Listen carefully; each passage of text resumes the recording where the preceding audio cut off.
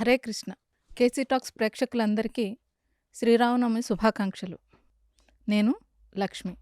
కృష్ణ చైతన్య గారు చెప్పబోయే రామాయణానికి నేను వ్యాఖ్యాతగా వ్యవహరించడం నాకు చాలా ఆనందదాయకం. రామాయణాన్ని ఆదికావ్యమని, దాన్ని రచించిన వాల్మీకి మహర్షిని ఆదికవి అని పేర్కొంటారు. రామాయణం అంటే రాముని ప్రయాణం లేదా రాముడు నడిచిన దారి అని అర్థం. రామాయణం యావత్ మానవలోకానికి మానవత్వం అంటే ఏమిటో చెప్పే ఒక మహోత్కృష్టమైన తత్వశాస్త్రం. రాముడు పక్షులతోనూ, కోతులతోనూ, భల్లూకాలతోనూ ఇలా అనేక పశుపక్షాదులతో స్నేహం చేసి, వారికి సాయం చేసి, వారి ద్వారా సాయం పొంది వారిని తరించేలా చేశారు. దీని ద్వారా మనందరికీ అర్థమవుతుంది మనిషి ఎలా ఉండాలి అని.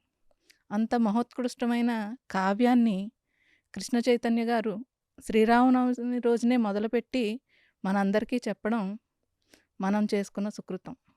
ఆ మహోత్కృష్టమైన కావ్యాన్ని మనందరం శ్రద్ధాభక్తులతో ఆలకించి ఆ ఆనంద రసాస్వాదనలో తన్మయత్వం చెందుదాం.